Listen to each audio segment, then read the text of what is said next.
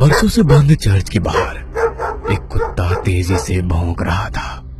तभी अचानक उसके सामने एक साया लहराकर बाहर आया। उस साये को देखकर कुत्ते की आवाज उसके गले में ही बंद होकर रह गई। वो साया उसके आसपास लहरा रहा था।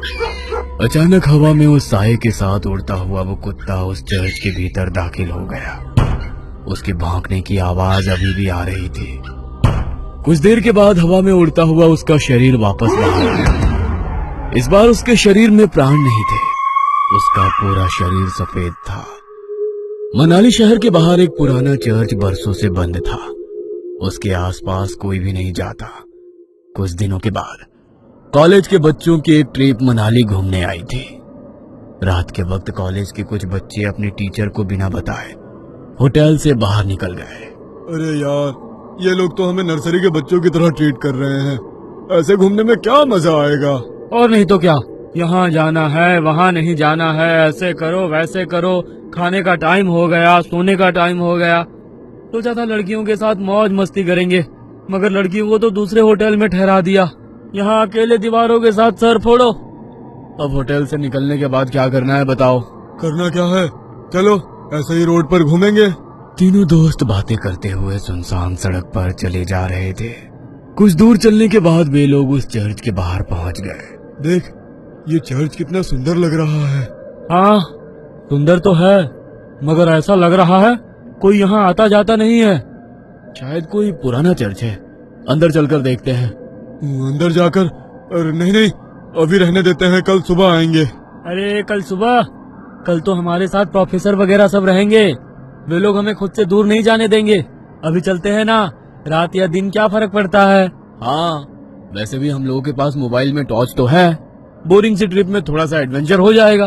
मनदीप का मन नहीं था, मगर रोशन और जतिन के कहने पर वो उन लोगों के साथ उस चर्च के भीतर दाखिल हो गया। चर्च के अंदर जगह जगह जाले लगे हुए थे। जैसे ही मोबाइल की लाइट से उस चर्च के भीतर थोड़ी सी रोशनी हुई, चमगादड़ उड़ते हुए चर्च के बाहर निकल गए। लगता है ये बहुत टाइम से बंद है, तभी तो चमगादड़ ने यहाँ पर डेरा जमा लिया। यार, मुझे यहाँ की वाइब्स कुछ ठीक नहीं लग रही है, हम लोग चलते हैं। कहते हुए मनदीप पलटकर दरवाजे से बाहर निकलने वाला था, तभी उसके पैर किसी ने पकड़ लिया। वो जोर से चीखा। क्या हुआ? मेरा पैर किसी ने पकड़ लिया है। हैं? ये क्या कह रहे हो? कहते हुए उसने अपने मोबाइल का टॉर्च मनदीप के पैर की तरफ किया तो वहां पर रस्सी थी। उसे देख दोनों हंसने लगे। तेरा मन नहीं था ना आने का, इसलिए तू रस्सी से भी डर रहा है। कुछ नहीं, अंदर चलकर देख, यहाँ का आर्किटेक्ट कितना अच्छा है। कहते हुए वो उसका हाथ पकड़कर उसे अंदर ले गया। वे तीनों चर्च घूम ही रहे थे कि अचानक चर्च की लाइट जलने बुझने लगी। अरे, यहाँ पर लाइट कैसे आ गई? मुझे कुछ ठीक नहीं लग रहा, हम लोग यहाँ से चलते हैं। कहते हुए वो अपने दोनों दोस्तों के हाथ पकड़कर दरवाजे के पास गया, मगर अचानक ही दरवाजा बंद हो गया। तीनों दरवाजा खोलने की कोशिश कर रहे थे, मगर दरवाजा नहीं खुल रहा था। अरे, ऐसे कैसे हो सकता है? अभी तो ये दरवाजा खुला था। किसने बंद किया? प्लीज हेल्प, हमें डराने की कोशिश मत करो। कोई और रास्ता होगा यहाँ से निकलने का, ढूंढकर वहाँ से निकल जाते हैं। कहते हुए जतिन जैसे ही पलटा, दहशत के कारण उसकी आंखें फटी की फटी रह गई। उसने देखा उसके सामने एक नन खड़ी हुई थी। वो अपनी बड़ी बड़ी लाल आंखों से उन लोगों को घूरने लगी। ये क्या बला है, भागो यहाँ से। जैसे ही मनदीप ने उन लोगों को भागने को कहा, वो नन धुआं बनकर गायब हो गई। हैं? अब ये कहाँ गई? रोशन और मनदीप उसे इधर उधर ढूंढने लगे। तभी अचानक उन्होंने देखा कि जतिन जमीन पर रेंग रहा था। उसकी आंखें नन की तरह ही लाल थी, चेहरा पूरा सफेद और हाथ पैरों की चमड़ी जली हुई। उसे देखकर वे दोनों डर गए और चीखते हुए वहां से बाहर निकलने की कोशिश कर रहे थे, मगर उन्हें चर्च से बाहर निकलने का कोई रास्ता नजर नहीं आ रहा था। दोनों डरकर एक कोने में खड़े थे। जतिन तेजी से छिपकली की तरह रेंगता हुआ उनकी तरफ बढ़ा और उन लोगों को देख अपनी जीभ लपलपाता रहा। कभी जतिन का चेहरा नजर आता तो कभी उस नन का। हमने तुम्हारा क्या बिगाड़ा है? छोड़ दो हमारे दोस्त को, हमें यहाँ से जाने दो प्लीज, हमें यहाँ से जाने दो, हम कभी यहाँ नहीं आएंगे। कहते हुए मनदीप ने उस नन के आगे हाथ जोड़ लिए। नन उसे देख मुस्कुराने लगी।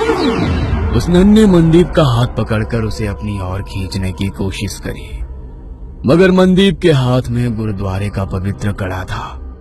उसे छूते ही नन को तेज झटका लगा और वो जमीन पर गिर गई और वो नन धुआं बनकर जतिन के शरीर से बाहर निकल गई।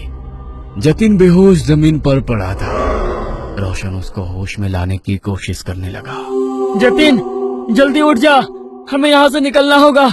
जतिन प्लीज उठ जा। तुम लोगों को क्या लगता है कि तुम लोग इससे बच सकते हो? नहीं, तुम लोग अब उसके शिकार हो। यहाँ से बचकर नहीं जा सकते हो। वैसे भी यहाँ कोई नहीं आता।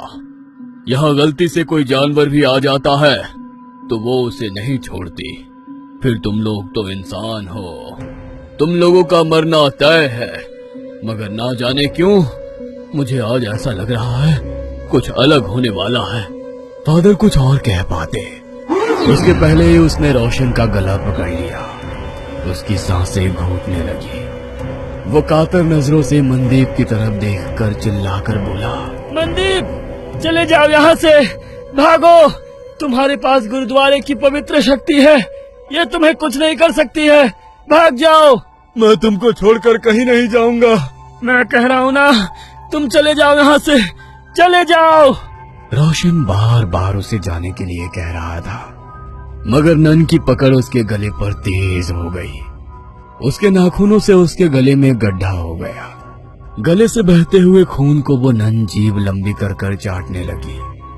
रोशन छटपटा रहा था। मनदीप को समझ में नहीं आ रहा था कि वो क्या करे। एक और वो नन तो दूसरी तरफ उसके दोस्त। तभी उसके दिमाग में एक विचार आया। उसने अपने हाथ का कड़ा निकाला और एक हाथ में कड़ा और दूसरे हाथ में कृपाण ले वो जोर से बोला, वाहेगुरु जी का खालसा, वाहेगुरु जी की फतेह। जो बोले सो निहाल, सत श्री अकाल। मनदीप ने वो कड़ा नन के हाथों में डाला और सीने में कृपाण डाली। वो नन छटपटाने लगी। उसने रोशन की गर्दन छोड़ दी। हवा में लहरा रहा रोशन जमीन पर गिर गया। उस नन के सीने से काला गाढ़ा सा अजीब पदार्थ बह रहा था। जतिन अभी तक बेहोश था। मनदीप को मदद चाहिए थी, मगर उसके पास मदद के लिए कोई नहीं था। उसकी नजर यीशु की मूर्ति पर पड़ी। हे यीशु, मुझे तेरी प्रार्थना नहीं आती है, मगर तेरे घर में शैतान तेरे बंदों पर कैसे हावी हो सकता है? हमारी मदद करो। कहते हुए उसकी आंखों में आंसू आ गए। तभी एक चमत्कार हुआ और बरसों से बंद वो चर्च अचानक से रोशन हो गया। फादर ने दो नन को बुलाया। नन ने घायल रोशन और जतिन का इलाज शुरू किया। फिर फादर ने जैसे ही उस घायल नन की ओर देखा, होली वाटर डाल उसकी मुक्ति की प्रेयर करने लगे। देखते ही देखते वो नन की आत्मा यीशु की मूर्ति में समाहित हो गई। आज तुम्हारे साहस और सूझबूझ से बरसों से भटकती उस नन की आत्मा को मुक्ति मिल गई। God bless you my child. तुम्हारे दोस्त अब ठीक हैं। कल सुबह तक उन लोगों को कुछ भी याद नहीं रहेगा। अब तुम लोग यहाँ से चले जाओ और आज की घटना का जिक्र किसी से भी मत करना। फादर के कहने पर मनदीप अपने दोस्तों के साथ होटल वापस आ गया। अगले दिन वे लोग जब मनाली घूमने के लिए निकले तो उसके दोस्त सब कुछ भूल चुके थे, मगर मनदीप उस खौफनाक रात को उम्र भर नहीं भूल सकता था। वो अपने साथियों के साथ उसी जगह से निकला तो मनदीप को कोई चर्च नजर नहीं आया। बस दूर खड़े वो फादर उसे देखकर मुस्कुरा रहे थे। उन्होंने उसके ऊपर होली वाटर डाला तो मनदीप भी कल रात की वो बातें भूल गया। मगर मनाली के लोग उन लोगों को कभी भूल नहीं सकते हैं, क्योंकि उनके कारण ही तो उन्हें इविल नन से छुटकारा मिला था।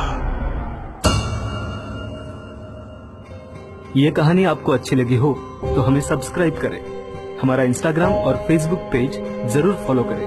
और हाँ दोस्तों, सब्सक्राइब करना भूलना मत।